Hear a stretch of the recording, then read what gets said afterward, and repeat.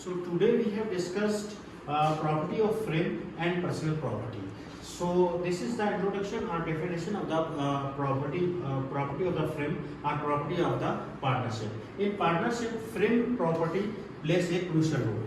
ठीक है, जो पार्टनरशिप है या फ्रेम है उसमें जो है क्रूशियल रोल अदा करती है प्रॉपर्टी का जो है बहुत ही अहम रोल है किसमें, फ्रेम में या फिर पार्टनरशिप में।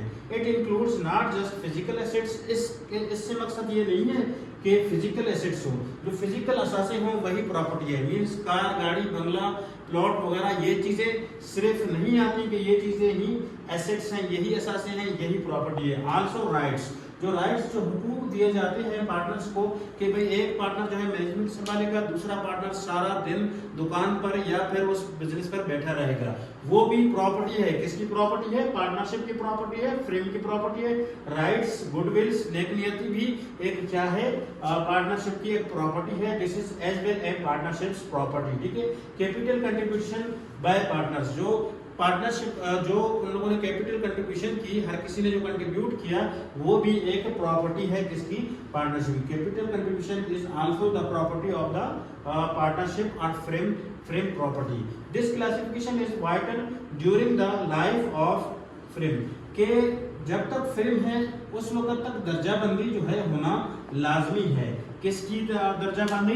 प्रॉपर्टी ऑफ द फ्रेम, के फ्रेम की प्रॉपर्टी कौन कौन सी है, कैसी है। Specially at the time of the dissolution, खास तौर पर जब पार्टनरशिप खत्म किया जाता है, फिनिश किया जाता है, कंप्लीट हो जाता है, खत्म हो जाता है, उस वक्त काम देगी ये दर्जाबंदी वगैरह कि भाई कौन कौन सी प्रॉपर्टी जो है पार्टनरशिप की प्रॉपर्टी है, इस फ्रेम की प्रॉपर्टी है, और कौन कौन सी पार्टनरशिप प्रॉपर्टी जो है पर्सनल प्रॉपर्टी है।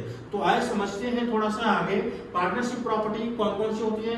ऑल प्रॉपर्टीज एंड इंटरेस्ट, ठीक है, कौन कौन सी तमाम की तमाम प्रॉपर्टीज और इंटरेस्ट, फवायद, वो तमाम की तमाम प्रॉपर्टी और फवायद जो है क्या है, ओरिजिनली ब्रॉट, जो ओरिजिनली तौर पर खरीदे गए हैं या लाए गए हैं या खरीदे गए हैं, अक्योर्ड किए गए हैं, परचेज किए गए हैं फॉर द फ्रेम्स। मींस ऐसी प्रॉपर्टी जो लाई गई है, खरीदी गई है, किसके लिए?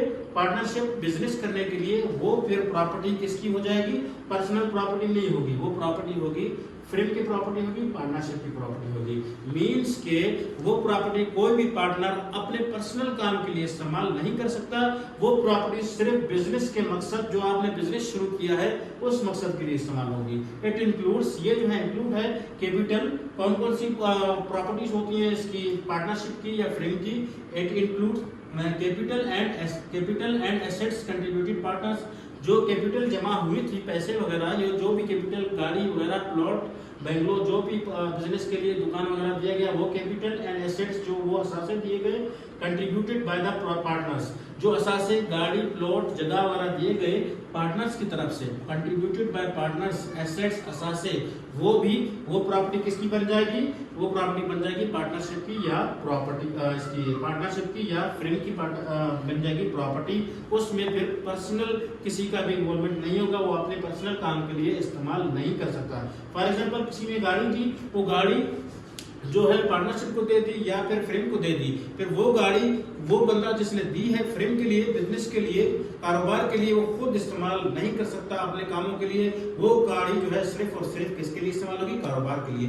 फॉर एग्जांपल एक शाहजोर गाड़ी देता है कि भाई मैं जो हूँ इस कारोबार के लिए शाहजोर गाड़ी देता हूँ। गाड़ी देने के बाद बिजनेस शुरू हो जाता है, काम ले आता है वो बंदा, वो गाड़ी लेकर अपने काम से अपने डिस्ट्रिक्ट या अपने गाँव चला जाता है।